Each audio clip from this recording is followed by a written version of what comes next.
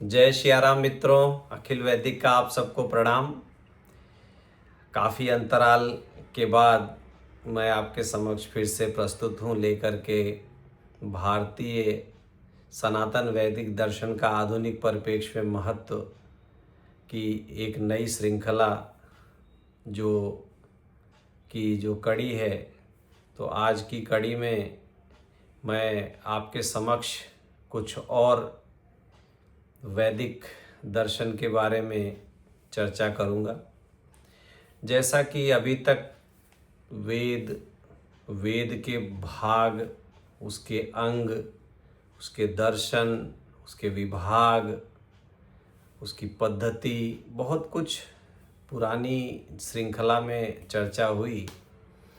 तो जो गत श्रृंखला थी उसके अंदर हमने बात किया था 6 दर्शन का, जिसमें सांख्य, न्याय, वैशेषिक, मीमांसा और उपनिषद, ये 6 दर्शन हमारे भारतीय सनातन वैदिक दर्शन के जो मूल हैं, जो हमारे, आप समझिए कि एक पिलर है हमारे वैदिक सनातन दर्शन का, जो एक आधार स्तंभ है। तो पहला जो सांख्य दर्शन है, वह सांख्य दर्शन, जैसा कि मैंने बताया था कि उसके जो उद्गाता हैं, उसके जो रचयिता हैं, वह कपिल मुनि हैं।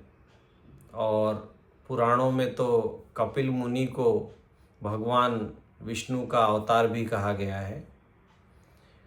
और भगवान कपिल मुनि ने इस सांख्य दर्शन का सर्वप्रथम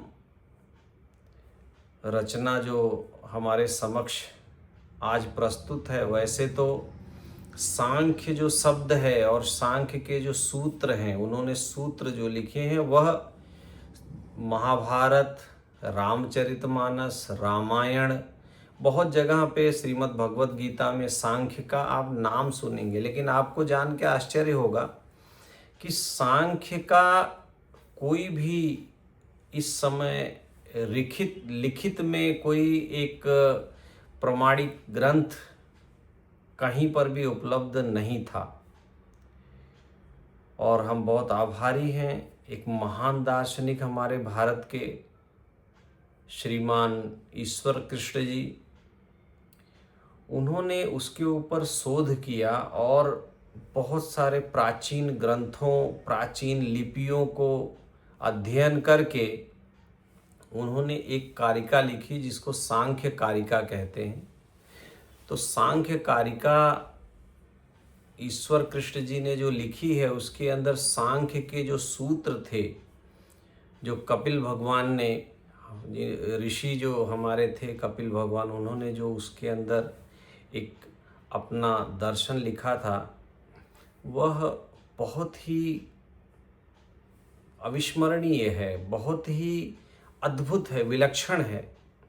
और आपको जान के हैरानी होगी कि आज का जो पूरा साइंस है, वो साइंस के अंदर जो मैटर, ये यूनिवर्स और फिजिक्स, ये सब कुछ उसी के अंदर समाहित है। चाहे वो न्यूटन की थियरी हो, कॉज एंड इफेक्ट, या फिर डार्विन का उत्क्रांतिवाद हो, या और भी बहुत सारे। आपको जान के हैरानी होगी कि हमारे उस महान ऋषि ने हजारों वर्ष पहले यह दर्शन प्रतिपादित कर दिया था। तो सांख्य की बात अगर करें तो सांख्य का जो मेन स्तंभ है, मेन विचार है, तो वह कहता है कि यह पूरा का पूरा संसार का क्रिएशन नहीं होता है। ये पूरा का पूरा जो सृष्टि है, इसका क्रिएशन नहीं होता है, बट इवोल्यूशन होता है। जैसा कि डार्विन और लैमार्क ने बाद में बोला, जो हमें पढ़ाया गया। तो आप देखेंगे तो डार्विन और लैमार्क या और भी जो बहुत सारे दार्शनिक हुए हैं, वो भी उसी बात को कहते हैं। तो हमारे ऋषि ने कई हजार वर्ष पहले ही इसको कहा था कि it is not a creation but evolution. अभी इसको समझते हैं। तो सांख्य में जो कपिल मुनि कह रहे हैं वो ये कह रहे हैं कि जो प्रकृति है वह पहले से विद्यमान है और पुरुष भी पहले से विद्यमान है। तो प्रकृति का उन्होंने भेद किया कि प्रकृति मतलब बिफोर क्रिएशन, पूर्व कृति के पहले, और प्रकृति आफ्टर क्रिएशन। तो पूर्व जो बिफोर क्रिएशन है, प्रकृति ऑलरेडी अवेलेबल है, बट वह प्रकृति की वो ये कह रहे हैं कि वो एक पोटेंशियल के रूप में है, वो व्यक्त नहीं है, अव्यक्त है। वो उसके अंदर से कोई भी चीज़ अभी क्रिएट नहीं हुई है, बट वो ओमनी प्रेजेंट है, वो अवेलेबल है, बट उसके अंदर से कुछ विकास नहीं हुआ। तो उन्होंने कहा कि वह जो प्रकृति है, प्रकृति और पुरुष, उन्होंने कहा एक प्रकृति, तो वो प्रकृति के ऊपर जब पुरुष अपना प्रकाश डालता है तो उसके अंदर से इवोल्यूशन स्टार्ट हो जाता है। जैसे कि एक बरगद का बीज है, वह अगर आपने रखा है तो उसके अंदर आप देखेंगे वह छोटा सा है, लेकिन यह हम जानते हैं कि यह एक अनुकूल वातावरण, मिट्टी, खाद, पानी, ये सारी चीज़ों को पाते ही वह वृक्ष बन जाएगा। मतलब वह इवोल्यूट नहीं हुआ है, बट वहाँ उसके अंदर वो पोटेंशियलिटी है, वो क्षमता है कि वह बरगद के वृक्ष को बना सकता है। तो वह अभी विकसित नहीं हुआ है, लेकिन उसके अंदर तो वही है कि वो कहते हैं प्रकृति ऑलरेडी, मैटर इज़ देयर, और पुरुष जो है, आत्मा है, जो चैतन्य है, वह भी अवेलेबल है। इसमें कोई भी प्रकार का गुण नहीं है। यह प्रकाश स्वरूप है, ऊर्जा स्वरूप है, और ये सर्वगर्भा है। मतलब प्रकृति के अंदर सब कुछ है, वह प्रकृति सब कुछ बनाने में सक्षम है। तो प्रकृति और पुरुष, ये दो को लेकर के सांख्य चलता है। तो उसके अंदर आप देखेंगे तो सांख्य में फिर और भी आगे हम जाते हैं तो कहते हैं कि पहले उसके अंदर 25 प्रकार की विकृति पैदा होती है। प्रकृति के अंदर जब विक्षोभ होता है, सत, रज और तम, 3 प्रकार के जो गुण हैं वो जब डिसबैलेंस हो जाते हैं तो प्रकृति का निर्माण, सृष्टि का निर्माण होने लगता है। और वह जब उसके ऊपर पुरुष का प्रकाश पड़ता है तो वह चीज़ें इवोल्यूट होने लगती है, दिखने लगती हैं, व्यक्त होने लगती है। तो सांख्य में आप देखेंगे तो वो 5 कर्मेंद्रियाँ, 5 ज्ञानेंद्रियाँ, एक मन, एक पंच महाभूत जो है, ये 5 को बताते हैं। फिर उसके बाद वो कहते हैं कि उसके बाद जो है 5 ज्ञानेंद्रियाँ जो है और 5 कर्मेंद्रियाँ आती हैं। तो 5 ज्ञानेंद्रियाँ, कर्मेंद्रियाँ हो गई, उसके बाद वो कार्य कैसे करेंगी? तो उसके लिए आँख, कान, जिह्वा, नाक, त्वचा, ये सब अपने आप को कैसे व्यक्त करेंगे, इनका कार्य संपादन कैसे होगा? तो उसके अंदर भगवान जो है, पुरुष जो है, आत्मा स्वरूप जो है, वह उसके अंदर आकर के उसकी शक्ति बन के उस इंद्रियों में बैठ जाता है, और उसी को तन मात्रा कहते हैं। तो वह तन मात्रा बन करके आँख को देखने की शक्ति देता है, कान को सुनने की शक्ति देता है, जिह्वा को स्वाद की शक्ति देता है, नाक को घ्राण की शक्ति देता है, त्वचा को स्पर्श करने की शक्ति देता है। तो रस, रूप, गंध, स्पर्श, इस प्रकार की यह तन मात्राएं कही गई हैं। ये जो पावर है, पावर टू नो, जो इंटेलिजेंस है, वह बेसिकली तन्मात्रा कही जाती है, संस्कृत शब्द है, कपिल भगवान का यह सूत्र है। तो उसके बाद अहंकार आता है। मन तक तो क्रिएशन हो गया, बुद्धि क्रिएशन हो गई, फिर उसके बाद अहंकार आता है, मन बुद्धि चित्त अहंकार। तो अहंकार में वह जो प्रकाश है वह भेदन करके पहले वह आत्मा, आत्मा से फिर बुद्धि मन तक जाते जाते फिर उसको अहंकार, मतलब वह ये सोचने लगता है कि यह सब कुछ मैंने किया है, यह मेरा है, आई एम द क्रिएटर। जबकि ऐसा है नहीं, प्रकृति है और प्रकृति को पुरुष खाली अपने प्रकाश से, एनर्जी से व्यक्त कर रहा है। बट वो जो प्रकृति है उसको भूल हो जाती है कि यह सब मैं खुद कर रही हूँ, यह मेरा, जो कि शरीर भी वही है, हमारा शरीर भी वही है। तो अब जब ऐसा हो जाता है तो उसके बाद क्या है कि 3 प्रकार के फिर ताप संसार में देखने को मिलते हैं, आदि भौतिक, आदि दैविक और आध्यात्मिक। तो आदि भौतिक मतलब मेटलिस्टिक, जो हमको दुख प्राप्त होते हैं। आदि भौतिक है जैसे कि बीमार होना, आपको चोट लग जाना, लॉस हो जाना, तमाम तरह की आदि भौतिक ताप हैं जिससे आप कोई चीज़ के लॉस होने से।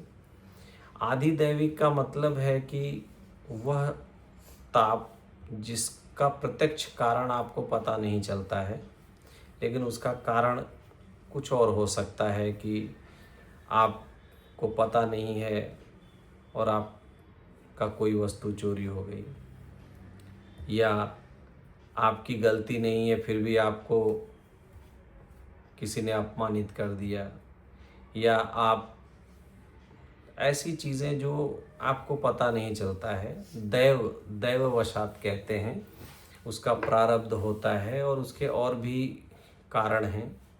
आदि भौतिक में व्यक्ति स्वयं कारण होता है, आदि दैविक में उसके पूर्व जन्म के कर्म, जो संग्रह, जो प्रारब्ध है वह उसके निमित्त होते हैं। और आध्यात्मिक ताप का मतलब होता है कि ऐसा कोई कार्य जो संसार में दृष्टिगोचर होता है जिससे आपकी आत्मा को अच्छा नहीं लगता है, कि जैसे किसी देश ने किसी दूसरे देश पे आक्रमण कर दिया अकारण ही कब्जा करने के लिए, तो उसमें क्या होगा, बोलेंगे कि अरे यह बहुत ही गलत हुआ, जिसमें आपको ऐसा लगता है कि यह नीति सम्मत नहीं है, तर्क सम्मत नहीं है, न्याय संगत नहीं है, आपकी आत्मा को अच्छा नहीं लगता है। तो इस तरह के बहुत सारे कार्य होते हैं समाज में, देश में, विश्व में। तो आपको, तो वह आध्यात्मिक ताप है।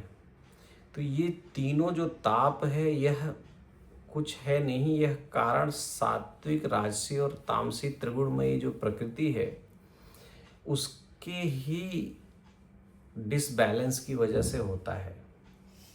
और प्रकृति जो है इसी तीनों गुणों को लेकर के चलती है। और जो ये मैटर है, पदार्थ है, यह पदार्थ जो है ये 3 गुणों के ही संयोग से बनता है।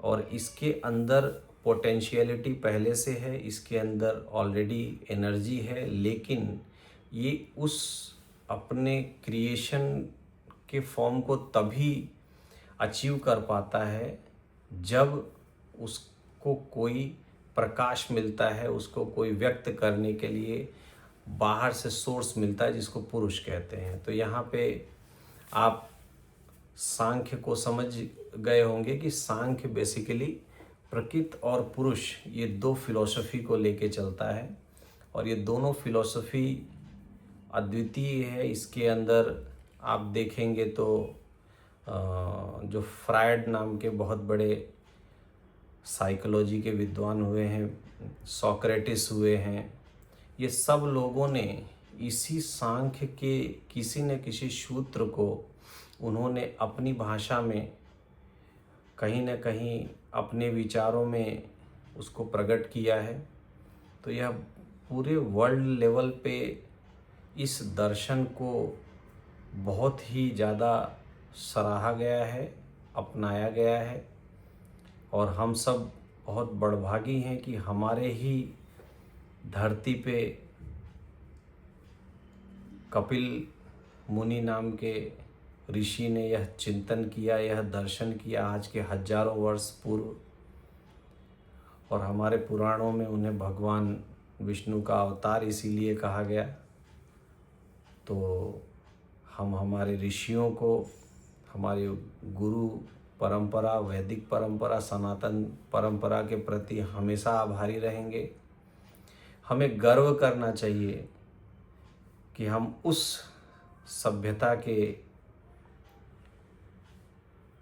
हैं जो सबसे पुरातन है, सनातन है, वैदिक है, और साइंटिफिकली और कॉस्मिक लेवल पे या ओमनी प्रेजेंट लेवल पे, वैश्विक लेवल पे या उसके बियॉन्ड जा कर के विचार करने की जो क्षमता हमारे ऋषियों में आज के हजारों वर्ष पहले थी, वह अद्वितीय थी।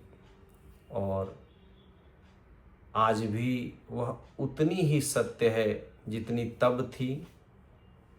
न्यूटन का जो कॉज एंड इफ़ेक्ट उन्होंने बाद में कहा, बाद में आइंस्टाइन ने E=mc² का जो फॉर्मूला दिया, तो E=mc² में वही उन्होंने बोला है कि मैटर ही एनर्जी है। Matter is itself the form of energy. हमारे गुरुदेव भी कहते हैं, पुरी वाले महाराज, शंकराचार्य महाभाग वर्तमान 145वें, कि matter is nothing but the energy. तो मैटर नहीं, वो एनर्जी है। तो वो जो हमारी संत ऋषि परंपरा थी, वो बेसिकली वो ऋषि, हम ऋषि कहते हैं, बेसिकली वो रिसर्चर थे। हमें रास्ता दिखाने के लिए यह पूरे संसार को कौतूहल से देखते थे कि यह सारा का सारा सृष्टि, यह सारा संसार, तो ये सब कहाँ से आया, क्यों आया, कैसे आया, और फिर उसका गहन चिंतन करके उन्होंने ये जो सांख्य दर्शन प्रतिपादित किया, इसका अध्ययन करें आप। और भी हम आगे न्याय, योग, मीमांसा, वैशेषिक, उपनिषद, जो बाकी के 5 दर्शन हैं, उनके भी हम लोग उस पर भी चर्चा करेंगे। लेकिन यहाँ सांख्य के विषय में जो हमने आपसे चर्चा की, हमें विश्वास है कि आपको मैं थोड़ा बहुत उसके बारे में समझा सका। लेकिन और भी विद्वानों का बहुत सारा ग्रंथ है, उसका अनुशीलन करके, अध्ययन करके और भी आप इसको समझ सकते हैं। सांख्य बहुत ही अद्भुत है, बहुत ही दिव्य है और बहुत ही साइंटिफिक है। आजकल के जो हमारे युवा हैं उनके लिए तो ये ज़बरदस्त है, क्योंकि इसके अंदर आपको कोई हैरानी होगी कि जितनी भी थियरीज़, बिग बैंग हो, चाहे डार्विन की हो, चाहे जितनी भी थियरीज़ यूनिवर्स को लेकर के, इस वर्ल्ड को लेके, इस सृष्टि को लेकर के, इसकी उत्पत्ति, इसका कैसे, कौन है इसका कारण, कैसे आई, क्या हुआ, यह क्या है, यह सब जो पंचीकृत पंच महाभूत जो है, ये सब कैसे ये सारा रचना हो रही है, कैसे स्थित वस्तुएं जो है कि उद्भव हो रहा है उनका, थोड़े समय के लिए रह रही हैं, फिर वो ख़त्म हो रही हैं। तो ये जो चक्र है, ये सृष्टि, स्थिति और लय का जो चक्र चल रहा है, मैटर कहाँ चला जाता? तो मैटर वही है कि पहले व्यक्त हुआ, थोड़े समय रहा, फिर उसके बाद लय हो गया, अव्यक्त हो गया, फिर वही घूम रहा है। तो सांख्य में वो उसी को बताने की कोशिश की है कि मैटर इज़ ओमनी प्रेजेंट, वो नथिंग बट एनर्जी में कन्वर्ट, वाइब्रेशंस, जो आजकल क्वांटम फिजिक्स या और सब कहते हैं कि ये नथिंग बट वेव्स हैं, एनर्जी है, इसका फॉर्म्स चेंज होते हैं। So energy can not be created, can not be destroyed, but it can be changed in one form to other. तो ये सब कुछ सांख्य में आपको पहले से मिलेगा। तो कहीं ऐसा तो नहीं कि हमारे सांख्य का अध्ययन ये पश्चिम के विद्वानों ने हमसे पहले कर लिया और उसके अंदर से जो उन्होंने यह सब सिद्धांत प्रतिपादित किया। क्योंकि यह इतना पुराना है, प्राचीन है। उस समय तो ये सब सभ्यताएं भी नहीं थी। तो कहीं न कहीं ऐसा लगता है कि हमारे इस महान ऋषि कपिल मुनि की ही यह देन है कि यह सारे संसार में इस सिद्धांत को जानने की जिज्ञासा हुई, लोगों ने इसके ऊपर अध्ययन किया और अपने अलग अलग मत उसी में से निकले हुए लगते हैं। जितने भी मत आप देखेंगे तो आप सांख्य के अंदर से ही उसी को इंगित करते हैं, उसी तरफ इशारा करते हैं। कहीं न कहीं वह सांख्य की ही उसी बात को कह रहे हैं जो कपिल मुनि ने आज के हजारों वर्ष पहले सांख्य दर्शन में कहा था। तो ऐसी महान सनातन वैदिक परंपरा को कोटि कोटि प्रणाम। ऐसे संतों, ऐसे हमारे महान ऋषियों को प्रणाम। और यह गुरु परंपरा जो है, वंदे गुरु परंपरा, गुरु शिष्य परंपरा को प्रणाम। तो मैं आशा करता हूँ कि आपको सांख्य दर्शन में थोड़ी रुचि आपको मेरे इस व्याख्यान से आई होगी। तो इसी के साथ मैं अनुमति लेना चाहूँगा। मैं फिर आपके समक्ष प्रस्तुत होऊंगा लेकर के और जो बाकी के 5 दर्शन हैं उसके भी कुछ रोचक तथ्य, कुछ रोचक फैक्ट्स, जिसको सुन करके आपको लगेगा कि कहीं न कहीं जो कुछ आप अलग तरह से पढ़ रहे हैं, अलग तरह से जो आपको पढ़ाया जा रहा है, बताया जा रहा है, दिखाया जा रहा है, वो कहीं न कहीं हमारे उन्हीं महान ऋषियों का ही दर्शन था, उन्हीं का आविष्कार था, उन्हीं की फैक्ट फाइंडिंग थी। तो आपको अवश्य ही गर्व का अनुभव होगा। कल मकर संक्रांति है। आप सब लोगों को बहुत बहुत बधाई हो।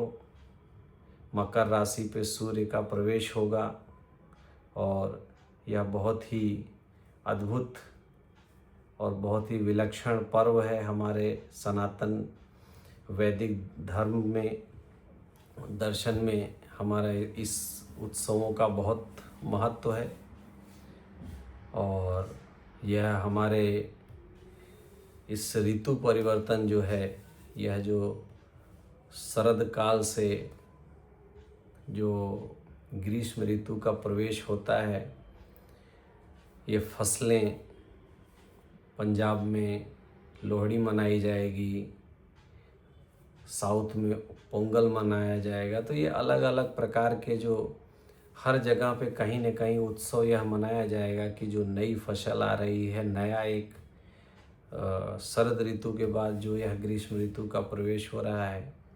तो आप सबको बहुत बहुत बधाई हो। मैं फिर से प्रस्तुत होऊंगा लेकर के और सनातन वैदिक दर्शन के कुछ रोचक तथ्य। तब तक के लिए जय सिया राम।